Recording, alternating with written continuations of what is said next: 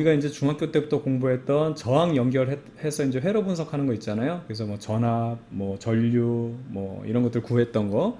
그거 이제 연결해서 하는 부분인데, 결과적으로 축전기도 전기회로의 한 부품이죠. 근데 얘도 일종의 저항 역할이에요. 그러니까 이게 왜 저항 역할이냐면, 선생님 여기 전류를 저장하잖아요. 우선은 이 전류 입장에서는 전류가 이렇게 나가잖아요. 그렇죠? 흐를 때 이 도선 말고 나머지 이런 것들은 다 어떻든 간에 방해물이에요. 도선 외에는 다 방해물이라고. 그럼 얘가 이렇게 가다가 갑자기 얘가 전하를 저장을 했다. 전류의 일부를 지가 먹었으니까 나오는 전류가 어떻게 되겠어? 줄겠죠. 이런 개념으로 본다면 당연히 어떻게 저항의 역할을 한다. 근데 이제 약간 특징이 다르죠. 일반 저항하고. 그래서 그 녀석들을 분석하면 되는 거예요. 자, 우선은 그래서 이 저항에 대한 내용들을 한번 조금 다시 좀 리마인드를 한번 해볼게요. 기본적으로 직렬 연결로 저항이 두 개가 연결돼 있다. R1과 R2가 연결돼 있다. 그러면 이 녀석 같은 경우는 전체 합성 저항은, 얘가 직렬 연결이기 때문에 전류 입장에서 생각하면 되거든요. 무조건 얘도 지나야 되지만 얘도 지나야 된다는 거죠. 그러니까 전류의 양이 똑같아요. 그러니까 이거를 이제 전류 입장에서 봤을 때, 자, 굳이 공식 우리가 이런 식으로 쓰지 않아도 결과적으로 전류 입장에서는 R1도 겪어야 되지만 잠깐 빠져나와도 R2도 겪어야 되니까 R1과 R2를 다 겪는 거랑 똑같다. 이게 뉴메리컬하게 이렇게 되는 거거든요. 그래서 전체 합성 저항은 R1 플러스 R2 이렇게 되는 겁니다. 물론 이제 이걸 오메 법칙으로 적용하면 여기 흐르는 전류를 I1, 여기 흐르는 전류 I2라고 했을 때 전체 흐르는 전류와 길이 하나이기 때문에 같다. 근데 이 녀석을 우리가 이제 오메 법칙 하면 이제 요 같은 전류를 흘려주기 위해서는 전압이 저항에 비례해서 걸어줘야 되죠. 선생님이 요거에 대한 자세한 특강 같은 거 따로 링크를 한번 걸어 놓을 테니까 그것도 한번 확인해 보세요. 만약에 이쪽이 R2가 저항이 커, 여긴 저항이 작어. 근데 똑같은 전류를 흘려주기 위해서는 얘는 더 세게 밀어줘야 되겠죠. 그래서 전압은 어떻게? 저항에 비례해서 걸립니다. 그게 뭐냐면 V는 IR 요 내용이잖아요. 그래서 여기서 보게 되면 I가 일정하다고 했을 때 R이 커지면 전압도 커져야 된다. 그 얘기거든요. 됐죠? 그래서 이걸 오메 법칙으로 적용하면 전체 V는 V1 플러스 V2 얘네들의 걸린 전압들, 여기 걸린 전압들을 이제 얘기하는 거예요. 이걸 V1, 여기 있는 녀석을 V2라고 한다면, 그런데 이제 여기서 요 녀석을 쓰게 되면 I 그 다음에 합성저항 전체 R, I1, R1 플러스 I2, R2 이렇게 되는데, I들이 다 똑같기 때문에 전체 합성하고 이거 지금 더한 거다. 요 내용이거든요. 근데 굳이 이렇게 하지 말자고 이제는. 이 유도 과정 자체가 중요한 게 아니기 때문에 우리는 요 개념만 알고 있으면 되니까. 대신에 그러면 이것도 선생님 개념으로만 설명해 볼게요. 병렬 연결 같은 경우는, 자, R1이 있고요.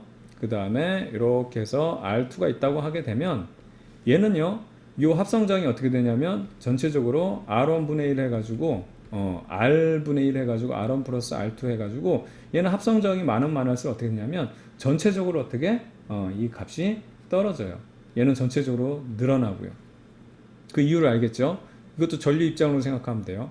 처음에 얘네들은 얘도 겪어야 되고 얘도 겪어야 되죠. 하나가 더 추가됐어요. 그럼 R3도 또 겪어야 돼. 그래서 저항이 많을수록 커져요.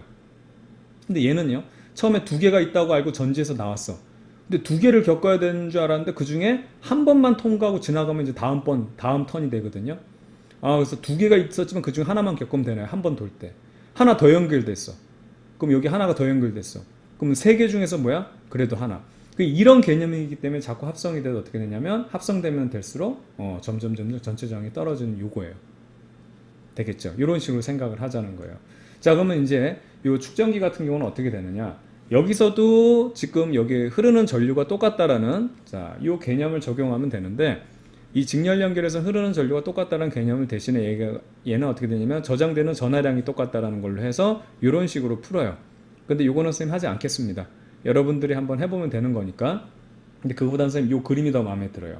축전기를 이런 식으로 직렬로 연결하다 보게 되면, 자, 문제가 뭐냐면은요, 여기 플러스고 마이너스 전원을 연결해주면 이 전이차만큼 얘네들이 저장이 되죠. 쉽게 말하면 충전이 되죠. 그럼 여기 오빠 생겼으니까 여기는 파란색으로 할게요. 전자들이 오빠 향해서 나간다고. 전자들이 오빠 향해서 나니까 여기는 플러스로 대전되고, 반대로 여기 마이너스 토해놓으니까 여기가 마이너스로 되죠. 그래서 여기 플러스 마이너스. 근데 여기 급한이 있으면 요 플러스 때문에 여기는 어떻게 돼? 마이너스 되죠.